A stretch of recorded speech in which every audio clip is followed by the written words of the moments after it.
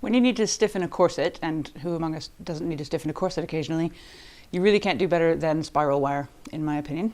Steel bones are great if you're absolutely sure you're not going to need to tie your shoes after you put your corset on.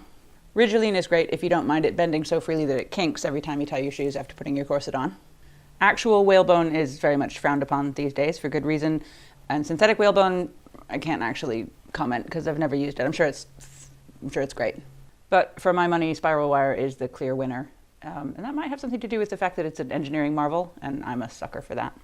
Spiral wire is wire that's wound into a spiral and then flattened and presumably work hardened during the stamping process, which makes it strong as an ox, absolutely no compression along its length, but it remains flexible in all sideways directions without kinking, even if you tie your shoes. And it is available in a range of sizes, from a dainty and feminine 5mm up to a decidedly butch 11mm. It's actually made from 2 interlocking spirals of wire, which makes it a little more intuitively obvious how it remains so flexible from side to side. It is made of steel, so you can't really wash it if that's important to you. I think there's an aluminium version for washability, but I have never used it, so I can't comment. Anyway, washing is way overrated in this culture, and the whole rest of the costume community will tell you why and how not to wash your corset ever.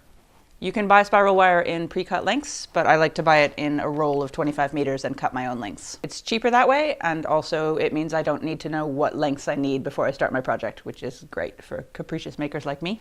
Cutting it is tricky if you don't know the secret, and easy if you do know the secret. So here's the secret. You'll need a pair of these wire cutters, which are easily available from any hardware shop, but check if your mom or your mates have some first, because you shouldn't really be buying new things if you can help it. We've got a planet to save. Carefully cut just the outside wire on one side, and then just the outside wire on the other side, and it's cut. Trim off any little sticky outy bits so the cap will fit nicely. Oh yeah, caps. You can buy these at the same place you buy the spiral wire. Make sure you get the matching size. And you need 2 pairs of pliers to attach them. A big fat meaty pair like this, and a needle nose pair like this.